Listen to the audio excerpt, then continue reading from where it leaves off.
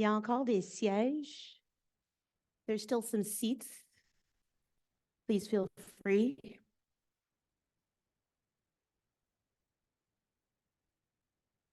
Bonsoir tout le monde. Merci d'être ici et de participer à cet événement. Thank you for being here tonight. Je m'appelle Alicia Bryan Baines. Je suis journaliste, directrice du Forum de l'Université Bishop pour l'engagement civique et facilitatrice de la lutte contre le racisme pour Chorus Entertainment. Thank you to all of you, especially those joining us from different time zones who are taking the time to be here with us and take part in this Equity Talks, Turning Division into Dialogue. La traduction en français et anglais est disponible en présence et en ligne, car cet événement se déroule dans les deux langues. So for those of us that are joining online, just you can locate the interpretation icon at the bottom of your screen. Looks like a little globe, and then you select English. Réparez l'icône interprétation au bas de votre écran. C'est un globe terrestre. Sélectionnez ensuite le français.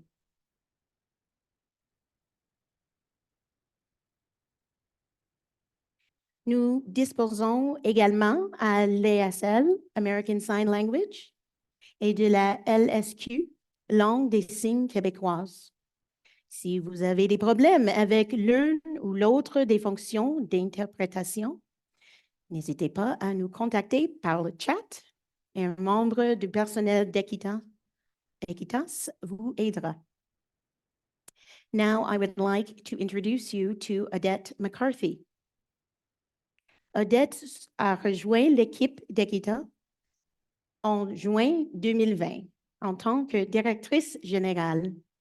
Elle a 30 ans d'expérience en coopération internationale au sein des différentes organisations.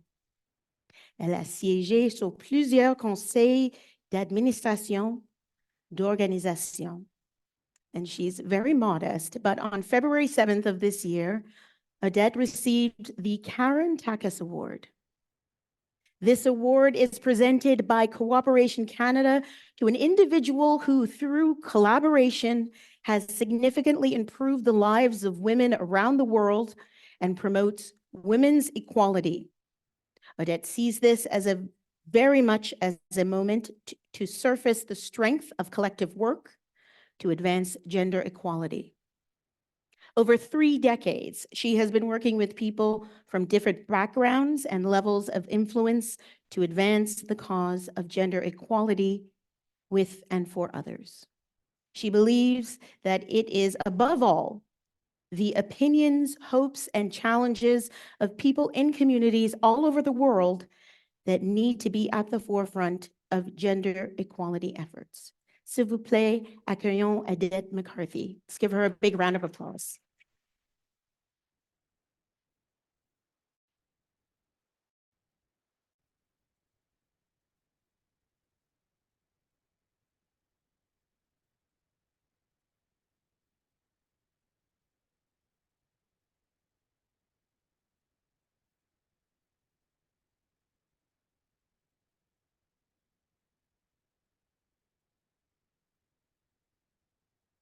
Oh, je dois le... OK, merci. C'est bon, merci. Alors, merci beaucoup. Puis, merci d'avoir souligné cette importance de travailler ensemble pour l'égalité de genre et surtout pour une définition de l'égalité de genre qui est plus inclusive. Nous voulons commencer en reconnaissant la Terre où nous en sommes ce soir. Reconnaître la Terre est une expression de gratitude et d'appréciation à l'égard des peuples autochtones qui vivent et qui travaillent sur cette terre depuis très longtemps.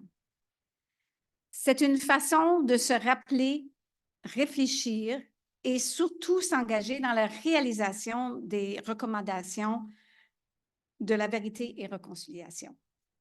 En tant qu'organisation active dans le monde entier, Equitas reconnaît et affirme les droits des peuples autochtones dans le monde entier et s'efforce de promouvoir et de soutenir l'autodétermination et les droits humains. Ce soir, prenons un moment pour être reconnaissants que nous nous réunissons sur les territoires autochtones non cédés de Kainai à Tiohtià:ke. Au-delà de ces faits, il y a des centaines d'années, les peuples autochtones se sont réunis souvent sur cette même terre dans un esprit de paix et de respect. Et c'est ce que nous faisons essentiellement ce soir. Nous sommes rassemblés, personnes venues du monde entier, dans un esprit de paix et de respect mutuel. Et nous sommes ici pour apprendre comment les droits humains peuvent renforcer nos actions vers une humanité plus commune. Equitas International Center for Human Rights Education is a recognized global leader with 56 years of experience in the design, delivery, and evaluation of effective human rights education programs that advance equality and respect for human dignity in communities in Canada and across the world. Equitas understands that human rights education leads to dialogue and social justice and works with dozens of partners to foster actions. At Equitas, we pay close attention to the social issues of inequality in our societies, and we try to act with others to reduce them. Raising awareness is a key part of the work that we do, and the Equitas this evening are an opportunity to engage with a diverse and very esteemed group of people who will speak about how we can transform division into dialogue by putting human rights at the very center. How we can turn the tides of polarization and divisiveness that's increasing around us. Yes, we are feeling and we're observing the rise of a polarized and divided discourse around us. Why is it so challenging to discuss subjects where there are different perspectives and opinions? Why is polarization preventing us from having a dialogue that's constructive and respectful? Simply put, polarization is a process by which opinions tend to be divided closer to the extreme positions on a spectrum of views.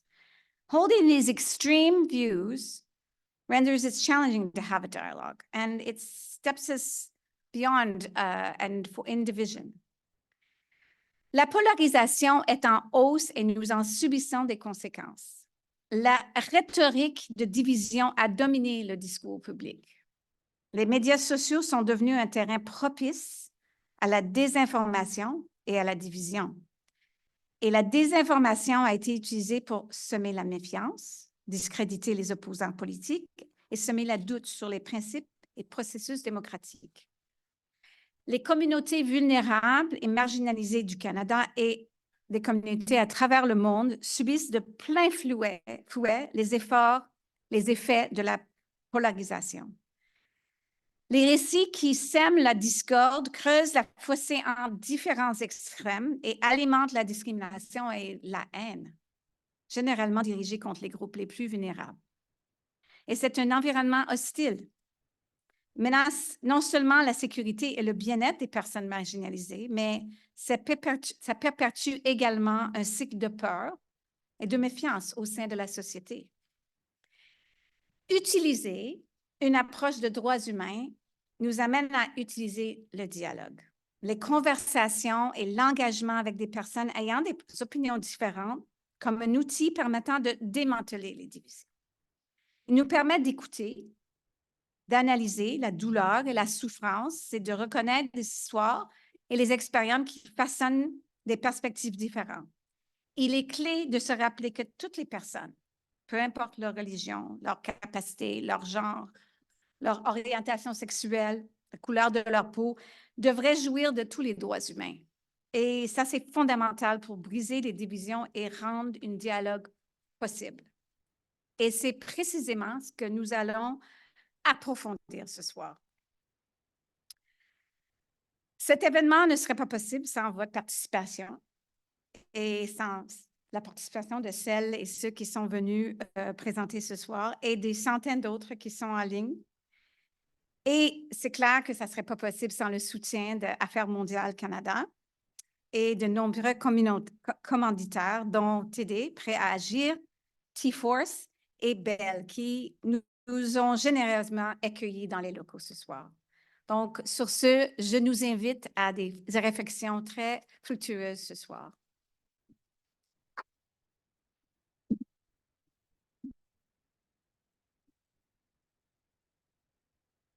Merci, Odette. Accueillons maintenant Hélène Drainville, sous-ministre adjointe aux Relations Afrique, Francophonie et Affaires multilatérales du ministère des Relations internationales et de la Francophonie du Québec.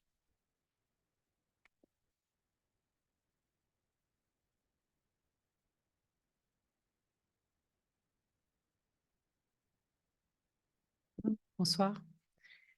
Alors, bonsoir à toutes et à tous. Je tiens d'entrée de jeu à saluer Iquitas et vous, nombreux partenaires qui œuvrent sans relâche aux quatre coins du monde à la sensibilisation et à l'éducation aux droits humains.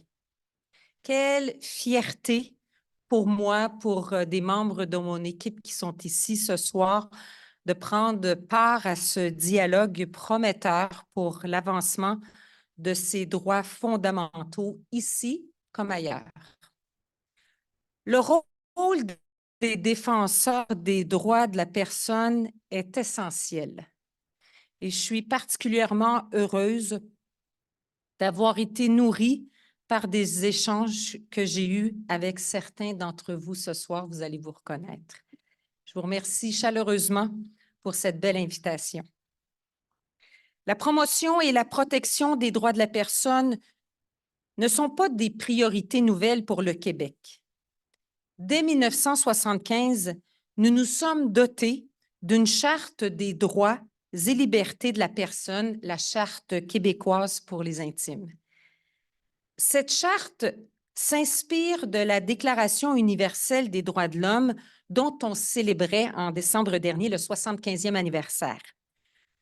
Plus actuelle que jamais, elle est sans doute bien connue de plusieurs d'entre vous, puisqu'elle a été rédigée par l'un des fondateurs d'Equitas, M. John P. Humphrey.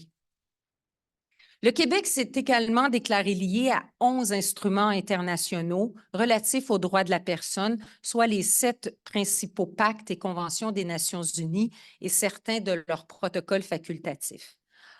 En concertation étroite avec l'ensemble des ministères et organismes concernés, le ministère des Relations internationales et de la francophonie vient coordonner la mise en œuvre de ces instruments au Québec.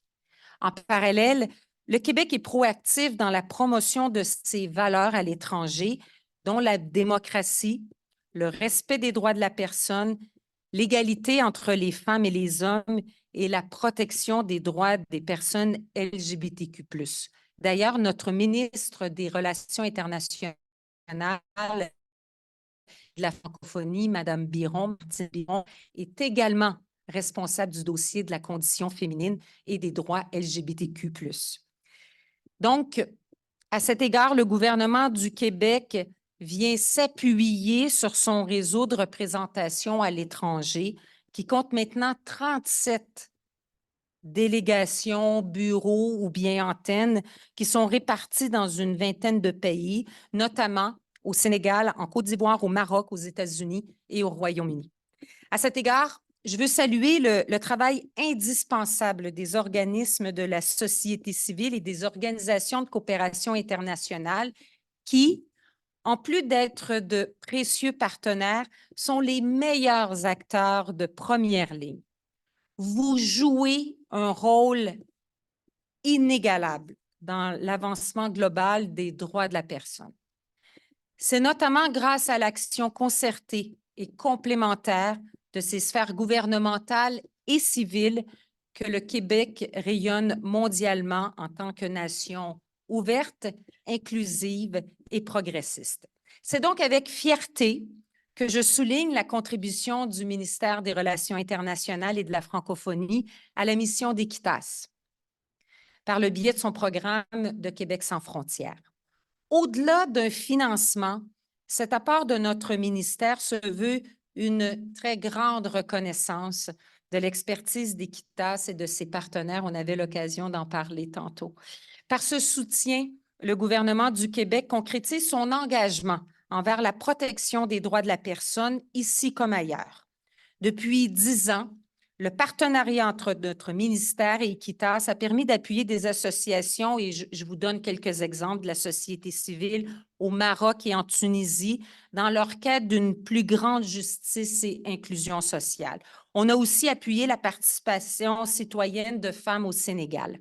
Surtout, nous avons pu démontrer notre solidarité envers les défenseurs des droits de la personne de pays avec lesquels le Québec entretient des liens d'amitié de longue date, comme par exemple Haïti.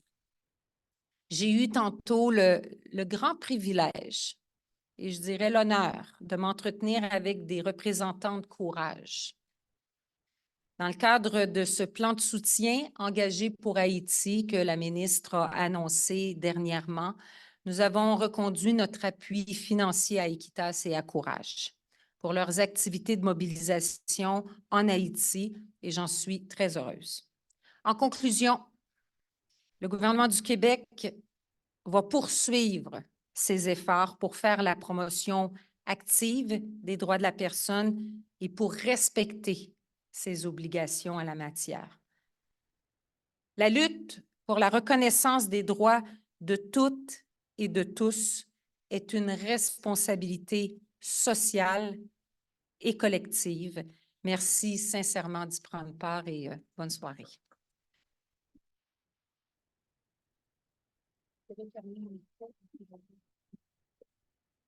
Merci. Maintenant, on va passer à notre conférencière principale. Myrlande Pierre a été nommée en mai 2019 à l'unanimité par l'Assemblée nationale du Québec à titre de vice-présidente de la Commission des droits de la personne et des droits de la jeunesse. Madame Pierre est une experte reconnue à l'échelle nationale et internationale dans le domaine de l'immigration et de l'intégration socio-économique, et plus particulièrement de l'intégration socio-économique des minorités racisées. Les questions de racisme et de discrimination systémique, les enjeux touchant les femmes, des minorités ethnoculturelles et racisées constituent la pierre angulaire de ces travaux. Please welcome Myrlande Pierre.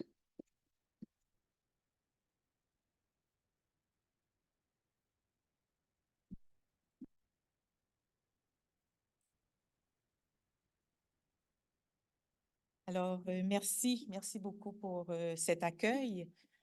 Bonsoir à toutes et à tous. Ça fait vraiment plaisir de voir une salle comble pour discuter, échanger sur un thème qui ne saurait être plus pertinent, choisi par Équitas. Donc, transformer la division en dialogue, réfléchir sur le passé des droits humains, tout en envisageant l'avenir de l'éducation aux droits humains.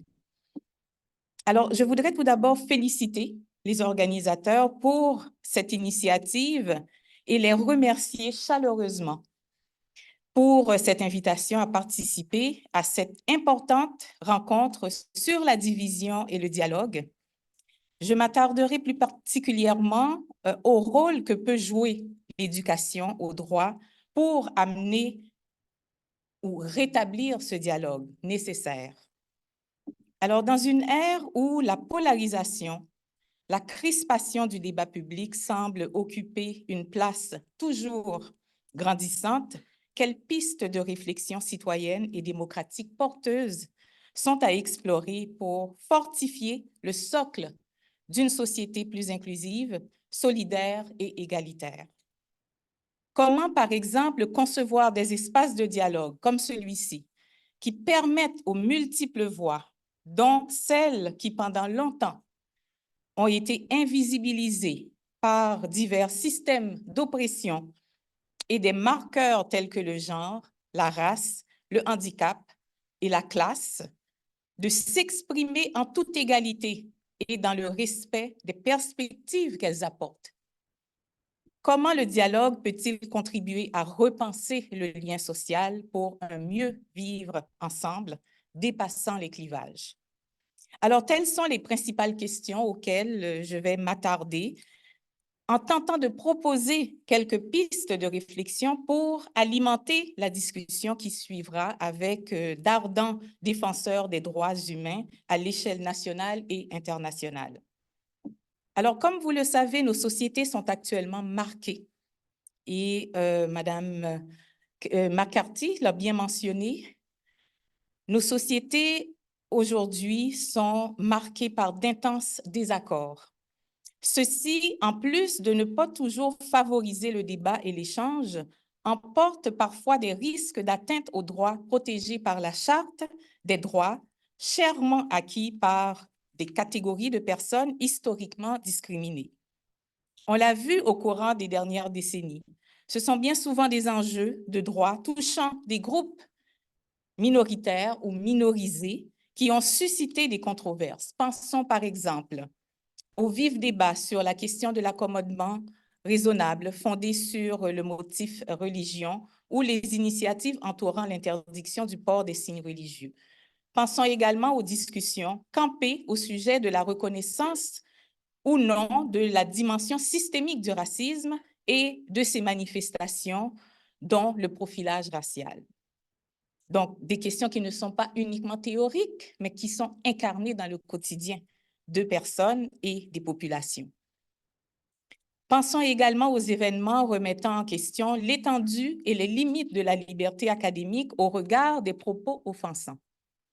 Ou, plus récemment, de la mise en œuvre d'un programme scolaire qui aborderait, entre autres, thèmes l'identité et l'expression de genre, sans compter la remise en question plus large des droits des personnes trans et non-binaires, incluant les droits des enfants et de jeunes trans ou non-binaires. D'autres questions posées dans un contexte de polarisation et de crispation du débat public et appelant un exercice de pondération des droits auront également interpellé la Commission au cours de ces dernières années. Qu'on pense aux litiges portant sur l'étendue de la liberté d'expression au regard de propos ciblant, par exemple, le handicap d'un enfant. Dans plusieurs cas, ces questions ont amené des interprétations infondées de la part d'acteurs divers quant à la mise en œuvre des droits et libertés de la personne. Par exemple, certains auront tenté de hiérarchiser des droits ou de leur accorder un caractère absolu, et ce, au détriment d'autres droits de la personne qui doivent pourtant être également pris en compte et protégés. En somme, il manquait parfois une compréhension adéquate des droits et libertés et des principes qui les sous-tendent. On semblait, par exemple, notamment oublier que ceux-ci sont universels, indissociables, interdépendants et intimement liés, et omettant que ceux-ci doivent être traités sur un pied d'égalité, en leur accordant la même importance. Alors, c'est pourquoi ces situations pouvant affecter des groupes de personnes susceptibles de subir diverses formes de discrimination interpellent nécessairement la Commission sur une base continue, donc la Commission des droits de la personne et des droits de la jeunesse, dont le mandat est d'assurer le respect et la promotion des principes énoncés dans la Charte des droits et libertés de la personne du Québec. Pensons entre autres aux discriminations et aux inégalités qui trouvent leur source dans divers systèmes d'oppression et les hiérarchies de pouvoir. Ceci nous amène au prisme de l'intersectionnalité, qui met en exergue la pluralité et l'entrecroisement des discriminations. L'analyse intersectionnelle suppose également de prendre conscience de l'existence de privilèges dont jouissent certains volontairement ou involontairement au détriment des autres. Est-il besoin de rappeler que, réduit à sa plus simple expression, l'objet des chartes des droits est d'assurer le respect de la dignité inhérente de l'être humain? Sa raison d'être ne peut se résumer simplement à affirmer les droits et libertés de la personne, au mieux les protéger.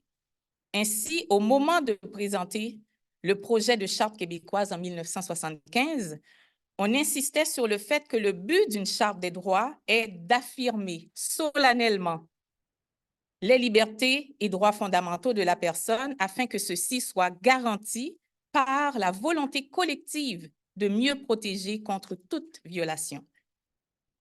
Alors, pour assurer l'effectivité des droits et libertés qu'elle énonce, la Charte instituait la Commission des droits de la personne et des droits de la jeunesse. Et parmi les responsabilités de la Commission, on retrouve celle d'élaborer et d'appliquer un programme d'information et d'éducation destiné à faire mieux comprendre et accepter l'objet et les dispositions de la Charte. Alors, cette dernière responsabilité est particulièrement importante pour le sujet qui nous intéresse aujourd'hui et qui nous réunit aujourd'hui, car l'éducation aux droits et libertés représente l'un des moyens de prévention indispensables, incontournables, contre les discriminations et les atteintes liberticides pouvant trouver leur origine ou reproduites par la polarisation, la division et le conflit. Il s'agit d'un moyen de réaffirmer les droits et les valeurs placées au cœur de nos démocraties libérales et qui doivent être largement véhiculées à l'intérieur de nos sociétés pluralistes et dans nos institutions communes. Plus spécifiquement, l'éducation aux droits participe de cette conception globale de l'éducation que promeut la Déclaration universelle des droits de l'homme qui stipule à l'article 26 que l'éducation doit viser au plein épanouissement de la personnalité humaine et au renforcement du respect des droits de l'homme et des libertés fondamentales. Elle doit favoriser la compréhension, la tolérance et l'amitié entre toutes les nations et tous les groupes raciaux et religieux, ainsi que le développement des activités des Nations unies pour le maintien de la paix. Ainsi, cette éducation au droit est conçue dès ses origines comme englobant des fonctions tant civiques que politiques liées à la transmission de valeurs venant renforcer la cohésion sociale. Comme l'a souligné Volker Turk, qui est le haut-commissaire aux Nations unies aux droits de l'homme, lors d'une allocution offerte à l'occasion du 75e anniversaire. Donc, il mentionnait que l'éducation au droit englobe un large éventail d'activités et de programmes éducatifs qui ont pour but de développer les connaissances et les compétences ainsi que les attitudes des apprenants, leur permettant d'exercer leurs droits humains et de faire respecter les droits des autres. La Commission souscrit pleinement à cette vision et au rôle crucial de l'éducation au droit sur l'instauration et la promotion de relations intracommunautaires stables et harmonieuses. Elle promeut d'ailleurs l'éducation au droit, non seulement sa pratique, mais aussi à travers de nombreuses recommandations qu'elle formule, que ce soit dans ses commentaires sur le plus récent projet de politique en matière d'immigration, lors de la refonte du programme d'éthique et de culture religieuse, ou encore dans ses nombreux travaux sur le profilage discriminatoire, par exemple. Alors, pour sensibiliser les décideurs à l'importance de l'éducation au droit, la Commission s'est notamment appuyée sur plus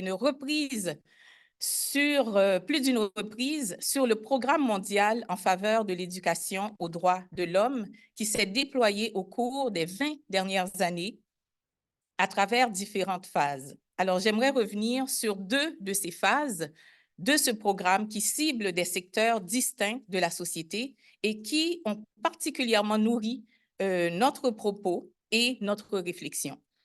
Alors, la première de ces 2 phases cible les systèmes d'enseignement primaire et secondaire. Puis, la deuxième vise, entre autres, la fonction publique et les personnes responsables de l'application de la loi. Alors, concernant le premier secteur, la Commission a demandé plus d'une fois que l'éducation au droit occupe une place plus grande en milieu scolaire tant dans le curriculum que dans les normes et pratiques de l'école. Aussi comprise, l'éducation au droit ne saurait s'en tenir à un enseignement d'une liste de droits abstraits. Elle doit plutôt se constater concrètement dans le quotidien des élèves à travers une école qui fait la promotion de l'éducation et de la dignité inhérente à chaque enfant, qui est doté de droits égaux et inaliénables et qui respecte comme une nécessité les valeurs fondamentales consacrées dans la Charte des droits et libertés de la personne. La Commission a par ailleurs recommandé plusieurs fois d'amender la loi sur l'instruction publique afin que le législateur y introduise formellement l'éducation au droit. La Commission a également mis en évidence les retombées de la mise en œuvre de cette vision globale de l'apprentissage des droits de la personne, conformément aux objectifs de l'article 29 de la Convention relative aux droits de l'enfant. Cela permet de préparer l'enfant à assumer des responsabilités de la vie dans la société libre, dans un esprit de compréhension, de paix, de tolérance, d'égalité entre les sexes et d'amitié entre tous les peuples et groupes ethniques et religieux et avec les personnes d'origine autochtone. Soulignons de plus qu'il existe une parenté entre cet objectif de respect des différences et la lutte contre les préjugés, les stéréotypes et la discrimination.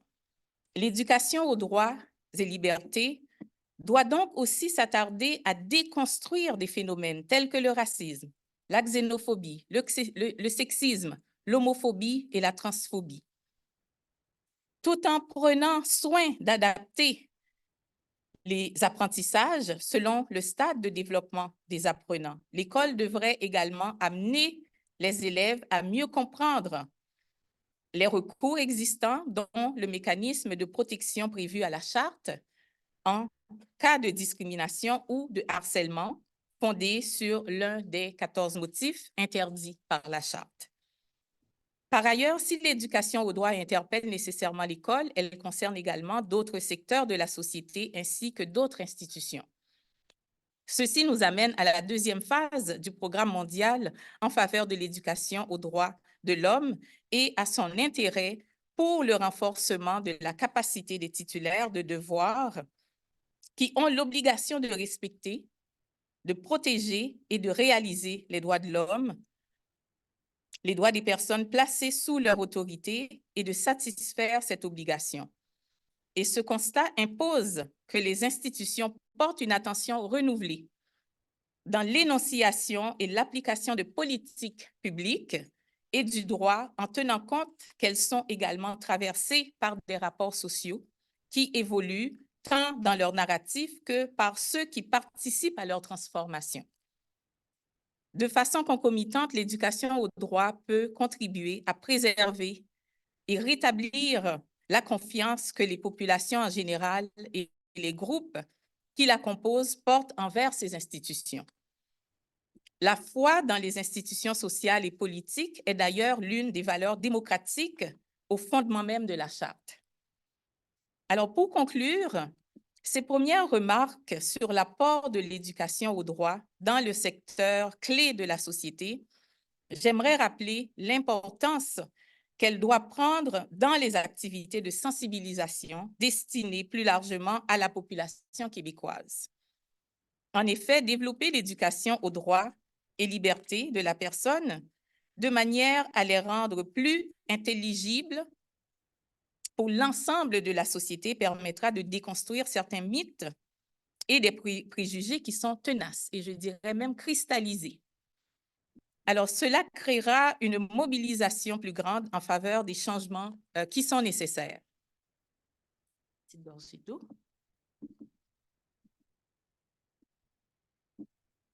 Alors, pour continuer, l'éducation au droit peut également constituer une façon d'accorder une place égale aux multiples voix, dont celles qui ont été invisibilisées pendant longtemps par les divers systèmes d'oppression, comme je le mentionnais préalablement, par des marqueurs tels que le genre, la race, le handicap et la classe. On oublie souvent la dimension de la classe sociale. Il s'agit plus fondamentalement de faire vivre pleinement ce cadre des droits et libertés que le Québec s'est donné il y a bientôt 50 ans. Il faut rappeler de façon continue, ce cadre ne peut être ignoré ou mis de côté, tout particulièrement lorsque des enjeux qui touchent des groupes susceptibles de discrimination sont soumis à la discussion publique. Le dialogue à lui seul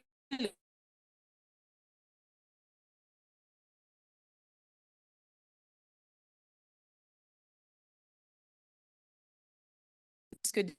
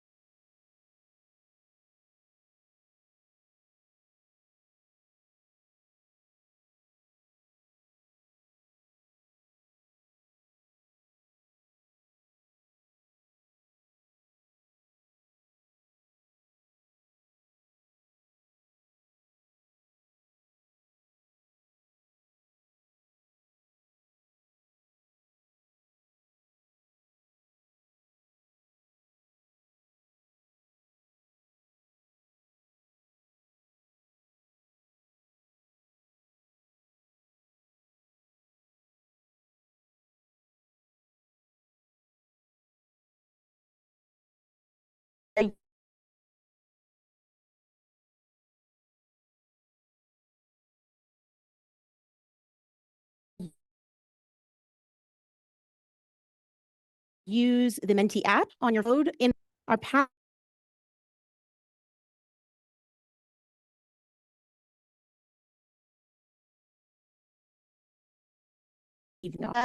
Haïti.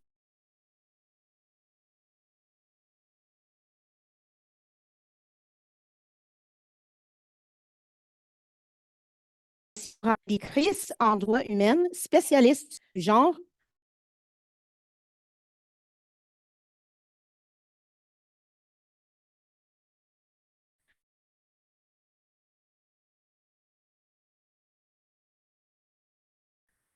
Et féministe intersectionnelle.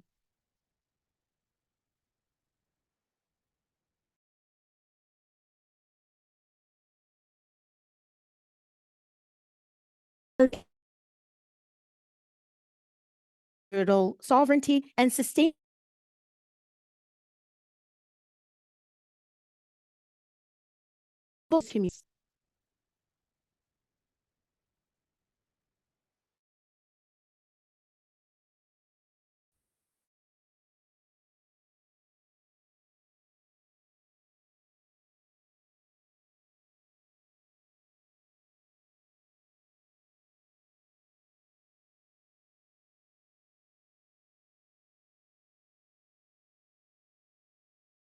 a community activist and associate professor activist-led platform for empowering at-risk and civil society activists.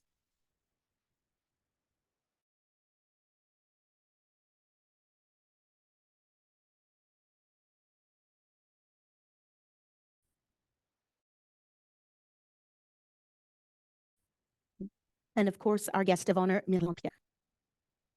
With a few words from Alexandra Medvedchuk.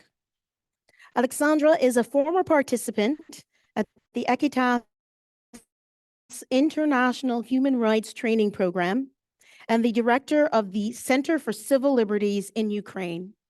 And she's also a 2022 Nobel Peace Prize laureate. The Center for Civil Liberties awarded the 2022 Nobel Peace Prize. We are fortunate to have a video with a few words from Alexandra.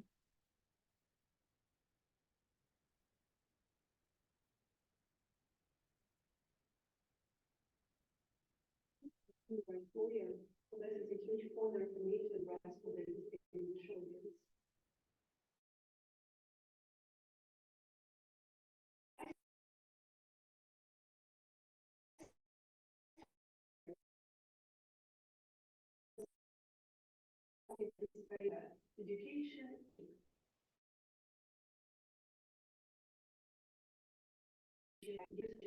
Working with the values, we can have impact on their behavior and to increase the space of freedom in the world. We live in a very turbulent times.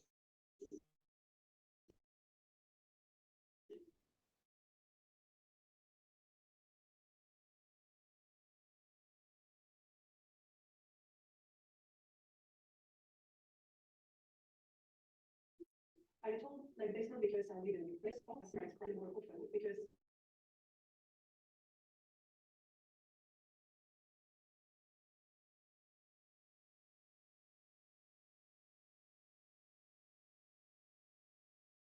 the international system of peace and security is become more and more crucial.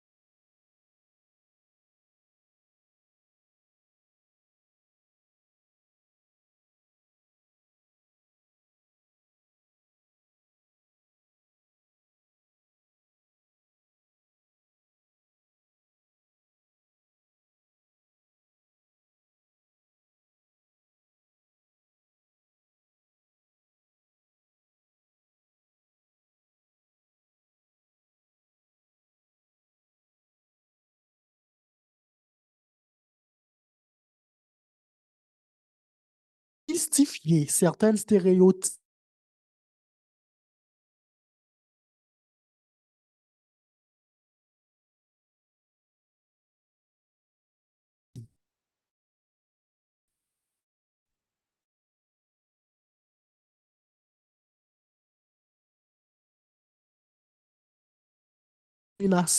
préjugés envers la aider à avoir un meilleur environnement. Si vous me permettez,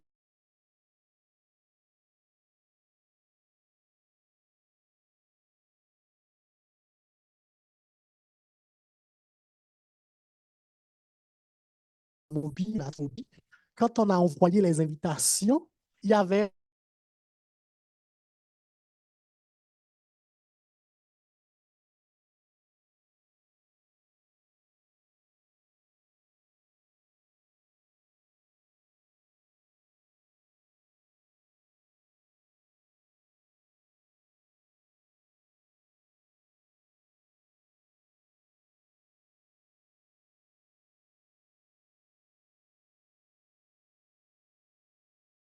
des organisations avec la communauté, la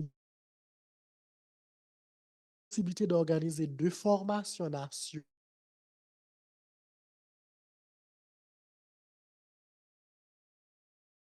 et à la entité étatique, certaines entités de la société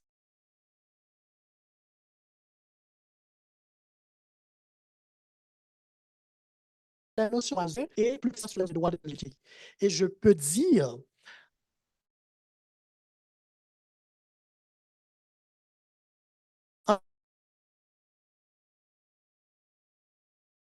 en 2024, et son accueil correct,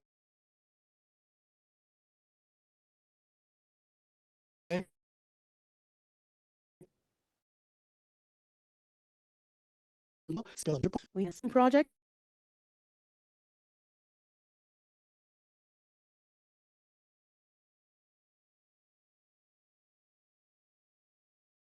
in enhancing the education of human rights. Yeah, well, thank you so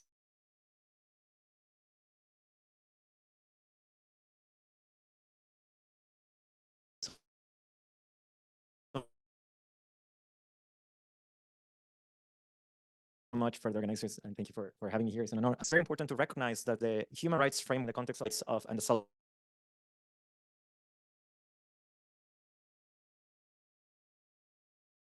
connection to the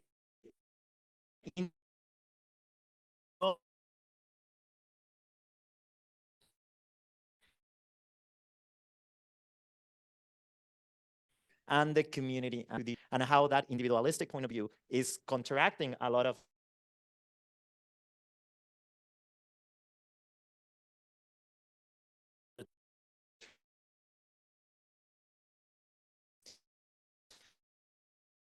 going to human rights framework. They were currently in this and so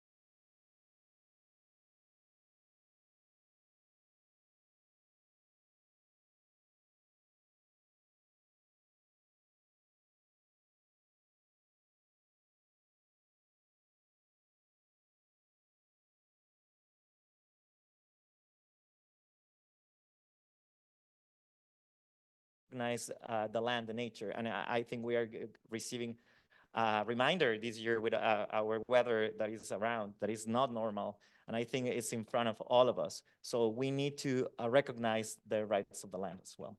Thank you. Thank you for that.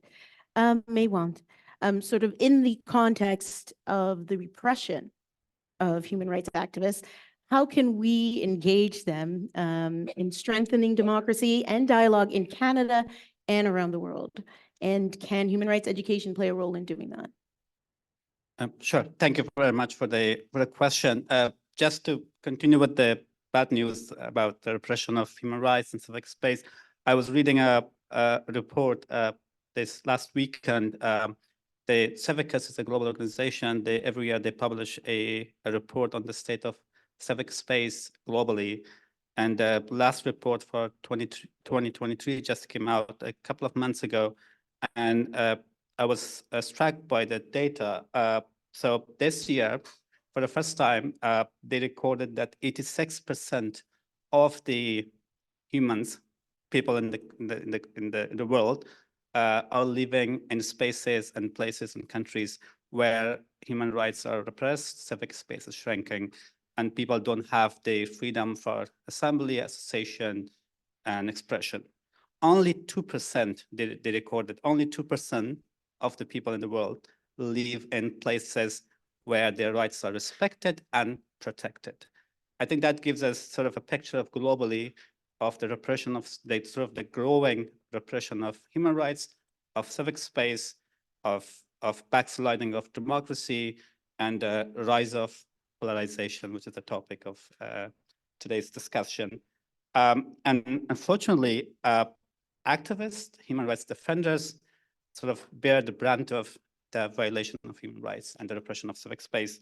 They are in the front lines, fighting for rights and freedom, trying to claim space and agency, but unfortunately, they're also paying the ultimate cost. Just last year, 400 plus activists and human rights defenders were killed. And this is just the people that were killed, and then the people that were tortured, were arrested. It's a list of the problems that they're facing goes on. So the good news is that the activists are not giving up. They are remaining relevant. They're trying to claim space and agency, and they are our sort of best bet in restoring democracy, in restoring human rights, and that's something that we all need to invest in. To the question specifically, I think the first thing that activists can do, the way that they can strengthen democracy and promote dialogue, is for them to continue to claim agency and space. I think that's critical in a time where social media and clicks sort of dominates the access to information space, what we read, what we see, what we like. I think it's important for activists and human rights defenders to help us reclaim that space, and for us, the public, to decide what kind of information we would like to read, what information are reliable and credible, and have an agency in deciding how the information space is being transformed. Second, I think for too long we have taken diversity and pluralism and democracy for granted. It has been around, and we thought that it will continue by itself. It will not, unfortunately. So activists, human rights defenders, and all of us needs to take action. So democracy, human rights, protection is action. We need to move beyond talks. We need to move beyond just sitting and seeing how things go bad. We need to take action to change the status quo, to bring about more democracy, human rights. And lastly, it's about accountability. I think in the absence of accountability, we are going to see the continuous shrinking of civic space, of repression of human rights. We need to empower. I mean, activists are doing their role, but we, the space, the governments, the civil society, the private sector, needs to support the activists, human rights defenders, so that they can hold everyone accountable when it comes to the promotion of human rights and protection of human rights. And in doing so, we also need to be consistent. I think we have, unfortunately, tied our support to democracy, to human rights, to geopolitics, and other considerations. That's not going to take us too long.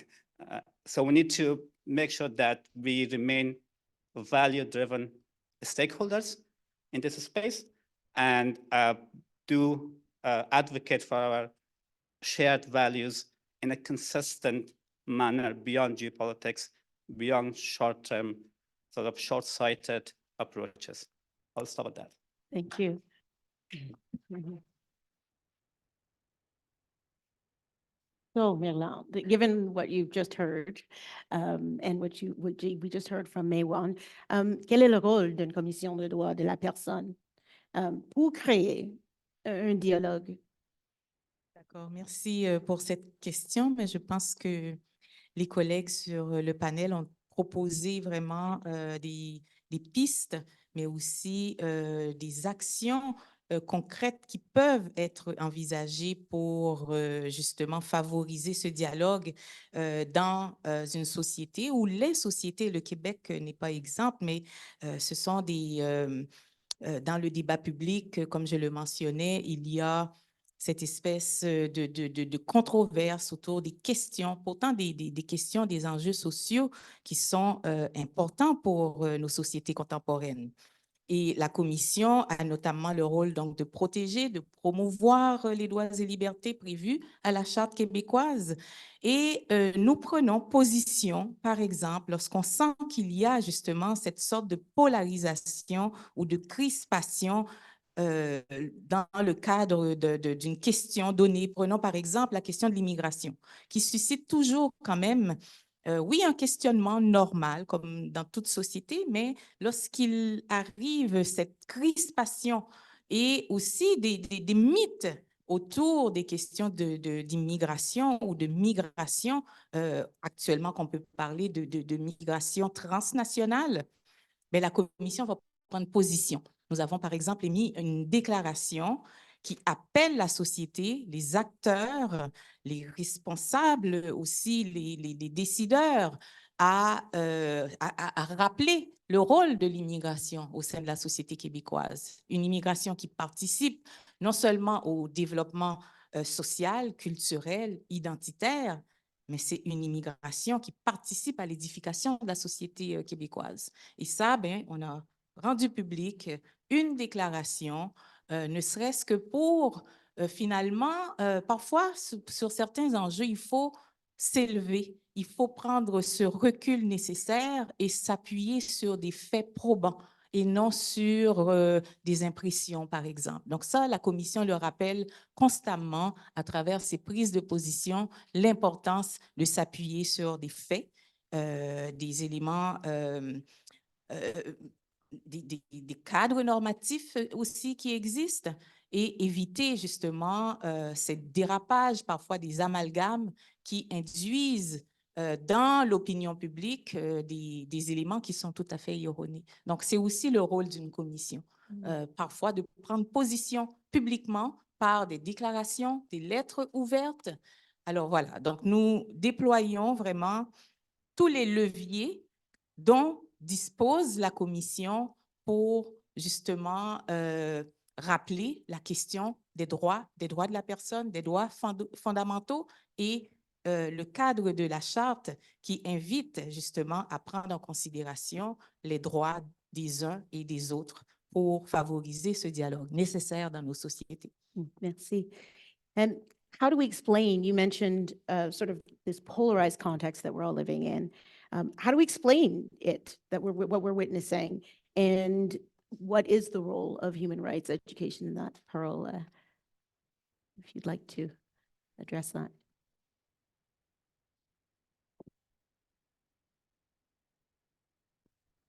Is this working? Good. Sorry, this thing's smarter than I am. So thank you very much for the question. You know, I think human rights education and awareness are ongoing efforts. The skirmish lines do not stay in place, right? The things that we thought we had achieved, we have not achieved necessarily. A lot of the things that we feel were achieved, including for women's rights, including for reproductive freedom for women, including for minority rights, including for religious freedoms and so on, these have all been rolled back. We only have to see what's happening in Alberta with Danielle Smith's efforts to roll back the rights of trans and non-binary people in terms of their health and education rights. So it's not only about going to court, although as a lawyer, I'm fully in favor of that. But it is important that everybody in society shares the understanding that we need to mobilize. We need to make sure that there is activism, civil society. I think the points that were just made here from Maiwand a moment ago are absolutely critical. And that includes all of you, and it includes all of us. And I tell students, and I'll finish on this, but you know, students in my civil liberties class this year refused to talk to each other. These are lawyers to be in a civil liberties class who refuse to talk to each other because they're so afraid to raise issues around controversies that are going on in the world. They're afraid of each other. They're afraid of their careers. They're afraid of impacts on what's going to happen to them next. Unless we have a society where we can actually have debates on these fundamental issues without worrying that it's the end of your career, that it's your end of your professional life, it is going to be very, very difficult to do. And so part of what I think Equitas has done so well is to start to open up those doors and make sure that people do stand up, do talk. Yes, there are consequences, but we have to protect each other. Alejandro? Just adding on top of what my colleague was saying, is so important to stop thinking this as a philanthropical action. I think this is part of any human being, and sometimes the approaches, the actions are taking as philanthropy. And I think we need to go beyond that discourse and continue having the human rights as a philanthropic action, and making part of the core action plans of a lot of organizations and from educational institutions. Working in civil society, many times we are part of this philanthropical discourse where, like, apparently to fight for the environment, to fight for collective action, it's part of the philanthropic point of view of a company. So when we are talking about human rights, this is part of the core values, and this is part of core of our societies and the environment. To change this perspective, I think is really, really important. And in order to go to actually to a different level and to open ourselves to other worldviews, to open, and this is a conversation that we have with a lot of nations and with a lot of the youth that are coming just from the school, that they are saying, why to fight for the environment is a right? This is inherent of our community, of our worldview. Why now we're talking about that this is something that we need to fight for. This is something inherited in our community, in our worldview.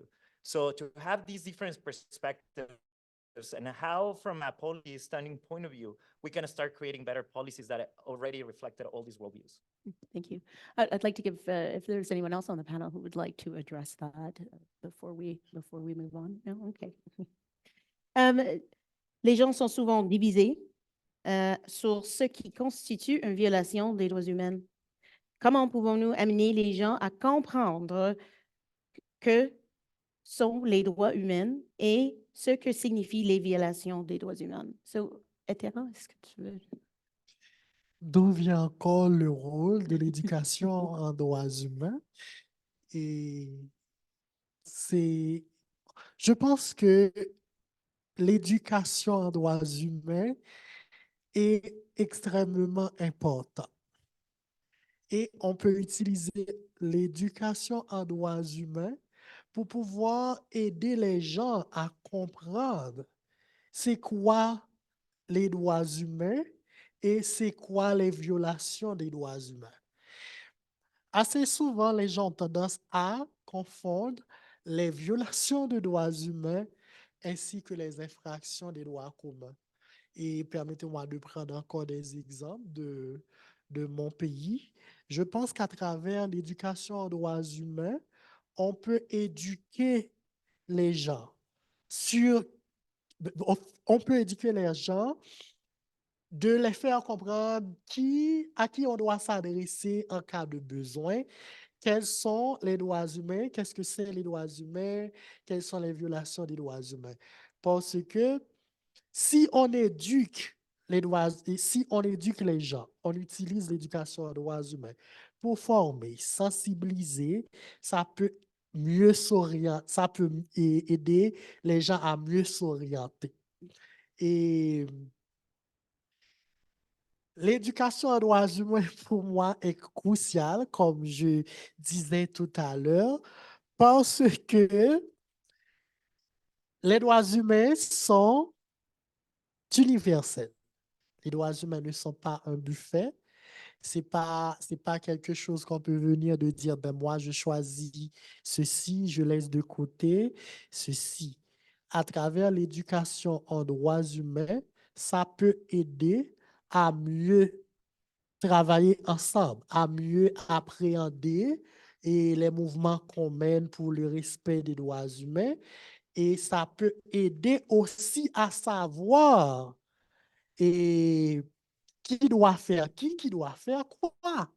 Si je prends un exemple encore dans mon pays, assez souvent les gens ont tendance à responsabiliser les défenseurs des droits humains quand il se passe quelque chose.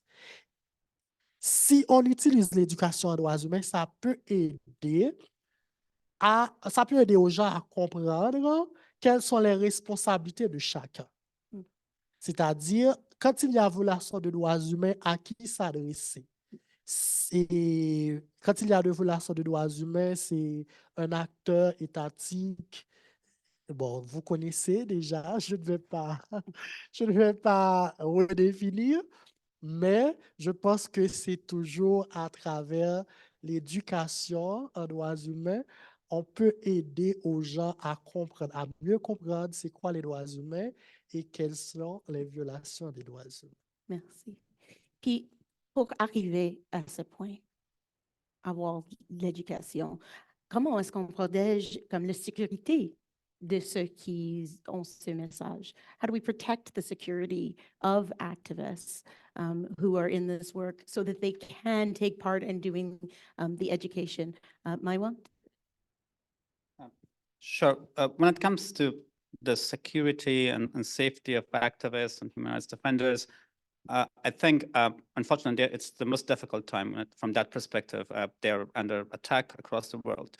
And then there are your sort of typical measures, like a protection measure, making sure that they have access to information, they have access to security training, to safety training, making sure that there are systems and mechanisms in place then when they are at risk and under threat that they can be evacuated or there's a safe house. So those are all sort of the conventional, typical interventions that exist around now, and I think we should continue doing those.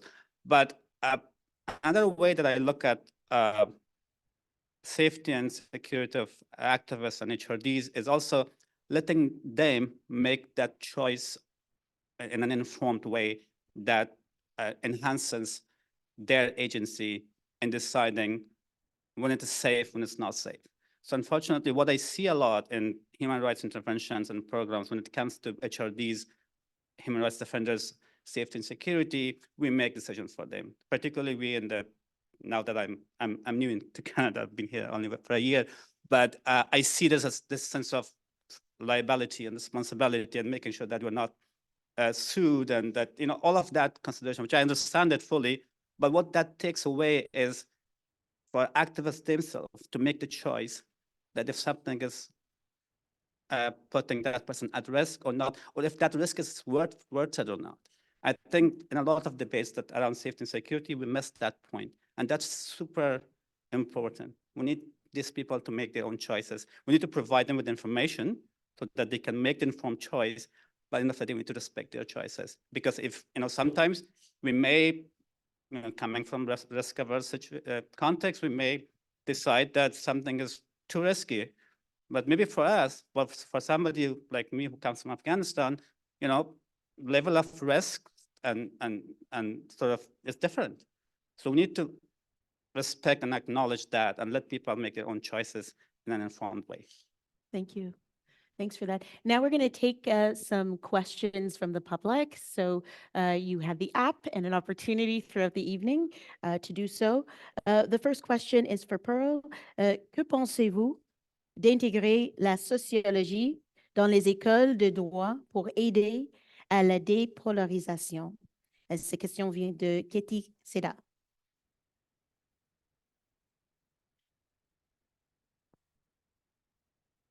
La définition de la folie, c'est de refaire la même chose et de penser que ça va fonctionner la prochaine fois. Alors, merci beaucoup de la question. Je pense que c'est déjà arrivé que la sociologie a déjà pris sa place dans les facultés de droit. Nous avons compris que l'utilisation des théories de uniquement regarder les arrêts qui proviennent de la Cour, bon, ça donne quelque chose, mais si on ne comprend pas quel est l'impact sur le terrain, quelles sont les théories qui peuvent nous aider à comprendre comment ces arrêts et comment le côté juridique soit intégré dans la société, ça n'arrive pas à accomplir grand-chose. Alors, je pense que quand on regarde actuellement les candidats les candidates qui préparent leur doctorat, par exemple, dans la fac, on voit que les gens qui ont souvent les thèses les plus intéressantes sont les gens qui sont capables d'intégrer les données, ce qui se passe dans la société elle-même avec les théories juridiques. Alors, je pense que c'est une excellente question et c'est parce que ça rejoint ce qui se passe terrain, mais aussi avec une approche intersectionnelle et interdisciplinaire. Merci. Thank you. The second question is open to all of you.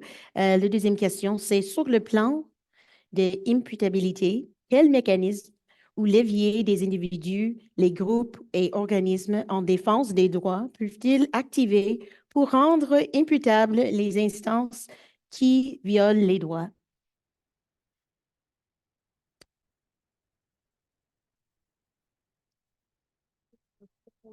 Quelques éléments de réponse à cette question. Merci par ailleurs pour cette question. Je pense qu'il faut regarder toute la question des recours en cas d'atteinte des droits et libertés. Par exemple, oui, on parle de l'éducation, mais c'est les mécanismes de protection également, les protections qui doivent également être efficaces, impartiaux, de manière à traiter adéquatement, par exemple, les plaintes qui sont déposées à la commission. La commission reçoit des plaintes en fonction des motifs, des 14 motifs de discrimination qui sont interdits par la charte. Et donc, et aussi avoir une approche, je dirais, je vais donner un exemple plus concret. On parle d'imputabilité dans le cadre d'un des mandats de la commission qui est de s'assurer de l'application de la loi sur l'accès à l'égalité en emploi. Donc, une loi dans les organismes publics. Donc, une loi qui vise à corriger les discriminations systémiques dans le domaine de l'emploi. Et donc, par cette loi, les organismes qui sont assujettis à la loi ont une obligation d'appliquer cette loi de manière justement à éliminer les discriminations historiques, systémiques dans le domaine de l'emploi. Et on invite par ailleurs les dirigeants de ces organismes à exercer un réel leadership. Et la commission, de par son rôle de contrôle et de suivi, met beaucoup l'accent sur la question d'imputabilité. Il y a une responsabilité.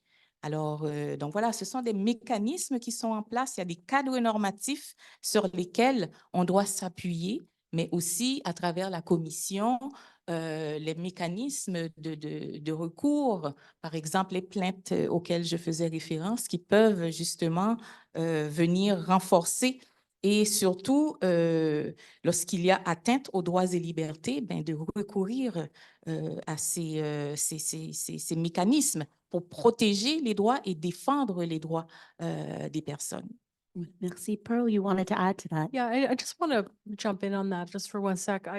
I've worked with national human rights institutions for 25 years. I think they play an absolutely incredible role and an important one that's often undervalued in our society.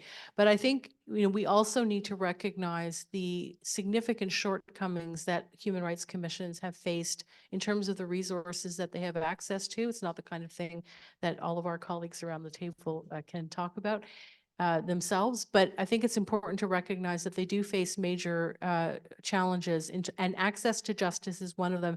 And I would just want to give one example.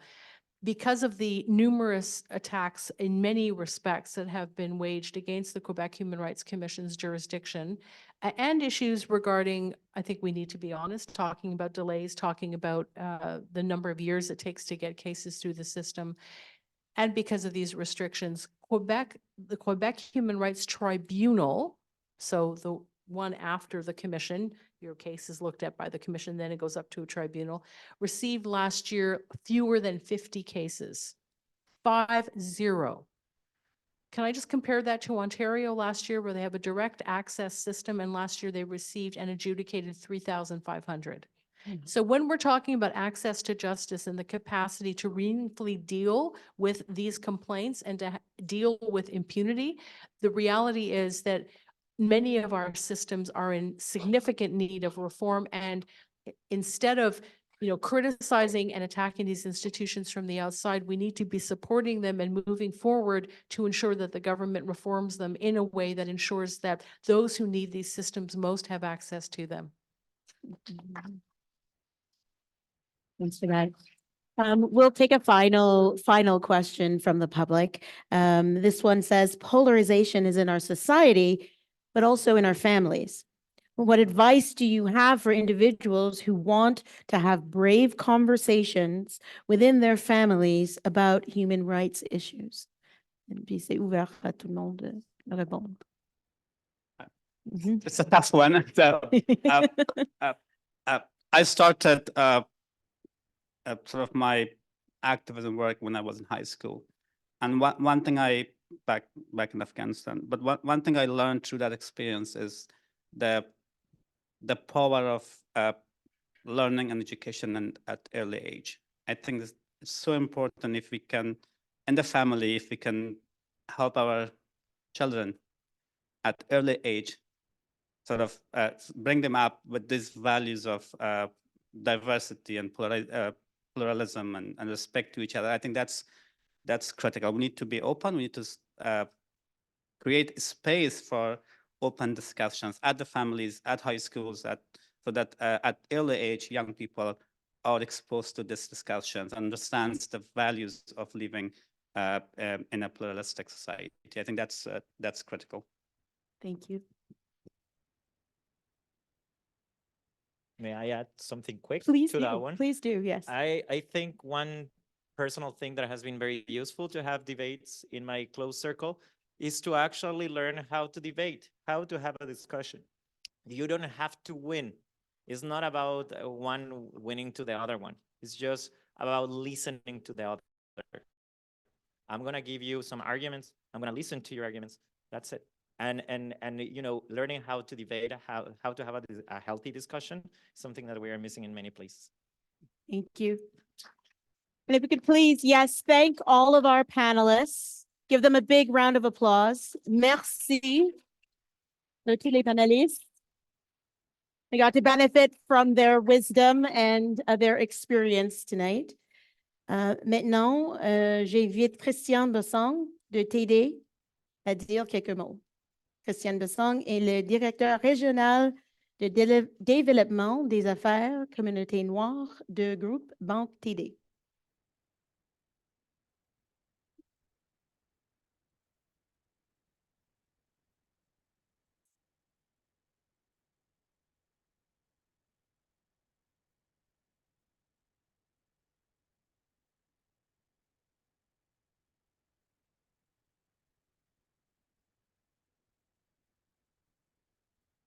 Alors, merci Édicia. Bonsoir tout le monde. Alors, on assiste à une très belle soirée, de très, très belles discussions. Et à vous écouter, j'avais envie de dire qu'en chacun d'entre nous sommeille un activiste. Hein. Il y a un activiste qui dort et qui a du mal à faire son coming out pour des contraintes professionnelles, pour des contraintes familiales, pour des contraintes religieuses. On voit des débats aujourd'hui à travers le monde. On a parlé de la question ukrainienne. On a des amis de part et d'autre et on s'abstient. On parlait de la question israélo-palestinienne, mais c'est la même chose. Et donc, j'avais envie de conclure que en chacun d'entre nous sommeille, n'est-ce pas, un activiste et votre travail est essentiel pour nous aider à exprimer sainement nos opinions sans avoir peur de la répression.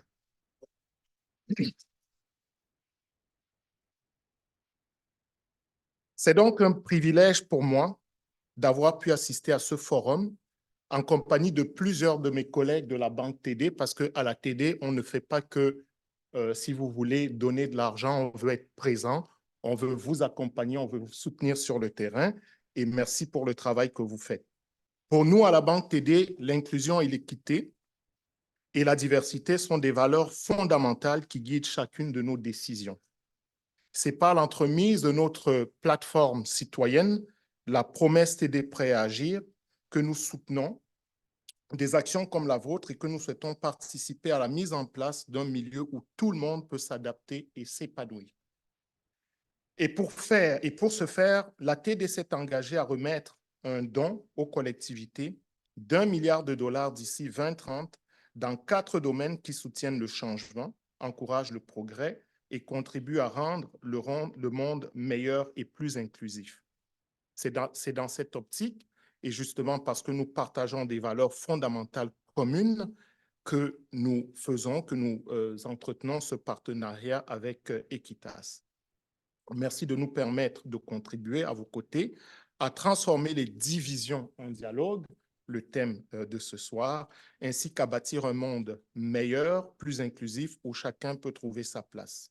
Avant de quitter, j'aimerais, au nom de la Banque TD, remercier les conférenciers et conférencières, les panélistes, les bénévoles, ainsi que les organisateurs et les organisatrices de l'événement de cette année. Merci à vous tous et toutes de nous avoir permis de réfléchir à la condition des droits humains à travers le monde et surtout de penser à comment chacun d'entre nous pouvons nous porter à la défense des droits fondamentaux. Merci à tous et bonne soirée.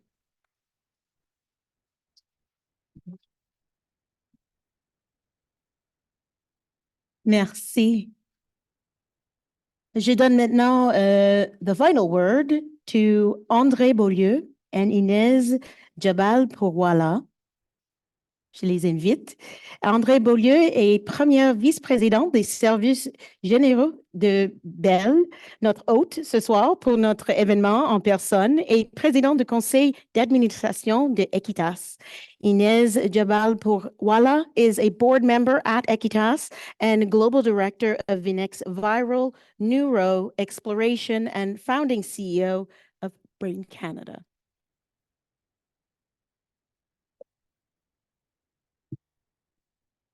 Wow, this has been an amazing evening. Quelle soirée inspirante. Merci à notre invité d'honneur, Myrlane Pierre. Merci à nos panélistes, Etra Estempel, Alejandro Mayoral Baños, Pearl Eliadis, Maywan Rehab, and on video, Alexandra Mativichuk.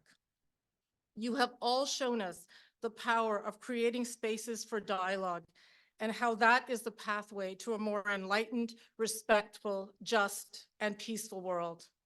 Merci aussi à Madame Hélène Drainville pour votre présence et pour votre remarque. And finally, thank you all for participating in Equitalks today and for your support of the mission of Equitas. I have been a proud member of the Equitas board for more than 15 years, and that is because I believe in the essential role that this organization plays in ensuring that human rights activists around the world are empowered to continue their work to uphold the Universal Declaration of Human Rights. Since its adoption in 1948, the Declaration has become the most translated document in the world, translated in 500 languages. But while this underlines the power of the words, we must always remember the fragility of the actions.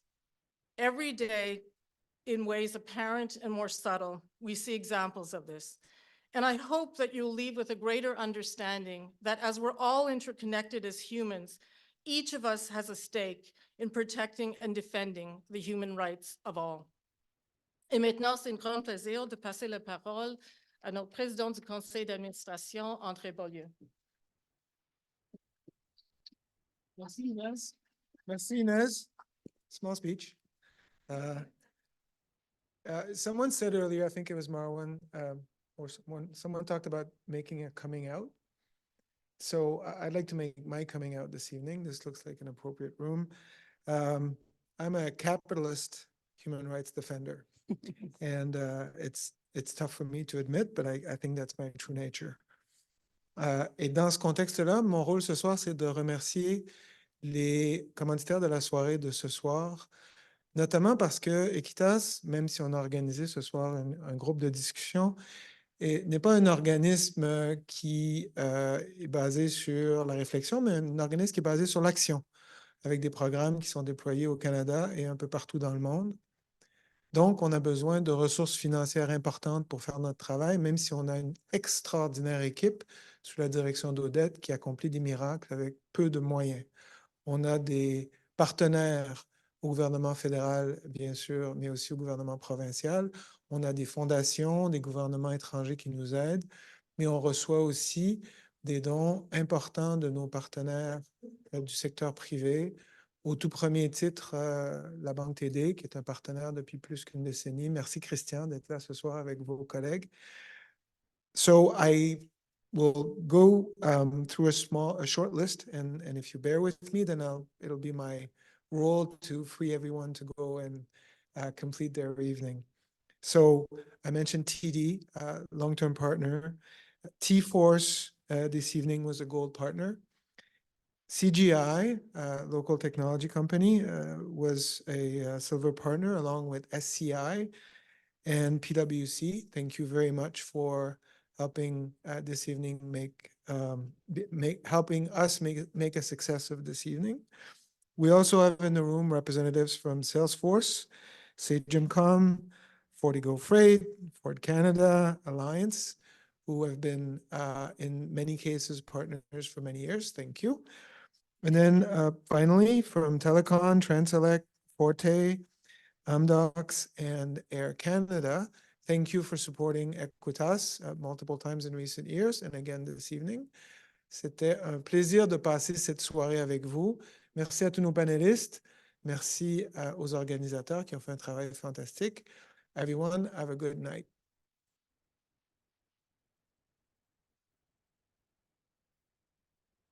Merci, thank you. Merci pour votre participation et bonne fin de soirée. Good night, everyone. Please remember to bring your headsets to the back. N'oubliez pas de remettre vos écouteurs en sortant. We hope to see you at the next event. Merci et bonne soirée.